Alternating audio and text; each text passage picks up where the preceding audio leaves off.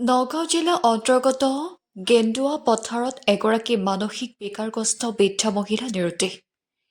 নিৰুদ্দেশ হোৱা মহিলাগৰাকীৰ নাম ৰাহেলা খাতুন। যোৱা মাহৰ 19 তাৰিখৰ পৰা নিৰুদ্দেশ হৈ আছে মহিলাগৰাকী। ৰাহেলা খাতুন নিৰুদ্দেশ হোৱা ঘটনাই পৰিয়ালৰ মাজত হাহাকাৰ সৃষ্টি হয়। নিৰুদ্দেশ হোৱা মহিলাগৰাকী মাজে সময়ে ঘৰৰ পৰা ওলাই যায় যদিও আকৌ উভতি আহে।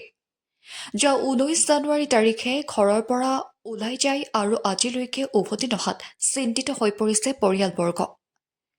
জানিব পৰা মতে নগাঁও জিলা অন্তৰ্গত গেন্দুৱা পথাৰৰ গাঁৱৰ বাসিন্দা বাবুল হুছেইনৰ মাতৃ ৰাহেলা খাতুন, বয়স 58 বছৰ।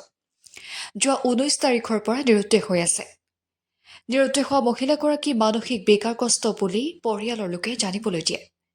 ইফালে বাবুল হুছেইনে নিজ মাতৃ নিৰুদ্দেশ হোৱাৰ দেখি বিভিন্ন ঠাইত বিচাৰ খোচাৰ কৰিও সন্ধান নোপোৱাত অৱশেষত সংবাদ মাধ্যমৰ কাষ চাপে। যদি কোনো সদাশয় ব্যক্তিয়ে ফটোত দেখা এই মহিলাগৰাকীৰ সন্ধান পায় তেন্তে 9957519746 অথবা 788965938682 আৰু 6901853780 নম্বৰত যোগাযোগ কৰিবৰ বাবে পৰিয়ালৰ লোকে আহ্বান জনায়। জিলাৰ পৰা জাজৰি থানাৰ অন্তৰ্গত হাতীযোৱা জিপিৰ গেন্দুৱাপাতাৰ গাঁৱৰ পৰা মই কৈছোঁ।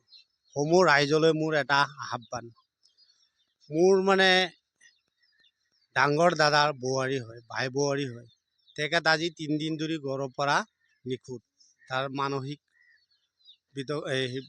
হেৰিত আছে। তেখেতৰ ব্ৰেইনটো অকণমান বেয়া। কিন্তু তেখেতে ঘৰৰ পৰা ওলাই যায়, কিন্তু মাজে মাজে আহে ঘূৰি পেলাই। কিন্তু এতিয়া মাত্ৰ এটাই ল'ৰাই, সি আজি 3 দিন ধৰি দানা পানী নাই। তাৰ মাকক খুব চিঞৰ বাখৰ কৰি বিচাৰি ফুৰিছে, য'তে মানুহ পাইছে ত'তে সি খা খবৰ দিছে।